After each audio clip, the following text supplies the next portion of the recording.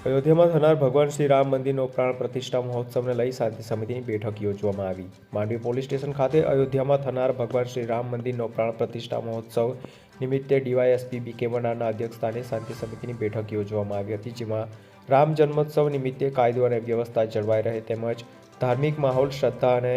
આસ્થાથી શાંતિપૂર્ણ માહોલમાં ઉજવાય તે અંગે શાંતિ સમિતિના સભ્યોને અપીલ કરવામાં આવી હતી. આ પ્રસંગે માંડવીનગર ભાજપ પ્રમુખ નીતિન શુક્લ, માંડવી પોલીસ સ્ટેશનના પીઆઈ હેમંત પટેલ, માંડવી નગરપાલિકાના ઉપપ્રમુખ સંધ્યા ચૌધરી, કારોબારી અધ્યક્ષ કિરીટ પટેલ, માંડવીનગર ભાજપ ઉપપ્રમુખ ઈશ્વર સોલંકી, રચના મરાઠે, ચિરાગ પૂજારી તેમજ શાંતિ સમિતિના સભ્યો ઉપસ્થિત રહ્યા હતા. આગામી 22 જાન્યુઆરી 2024ના રોજ અયોધ્યા ખાતે રામલલ્લાની મૂર્તિ છે એની પ્રાણ પ્રતિષ્ઠા મહોત્સવ હોવાથી 22 તારીખે માંડવી તથા આજુબાજુના તમામ અત્રેના પોલીસ સ્ટેશન વિસ્તારમાં જુદી જુદી શોભાયાત્રાઓ નીકળવાની છે. અનુસંધાને કાયદોની વ્યવસ્થાની પરિસ્થિતિ જળવાઈ રહે,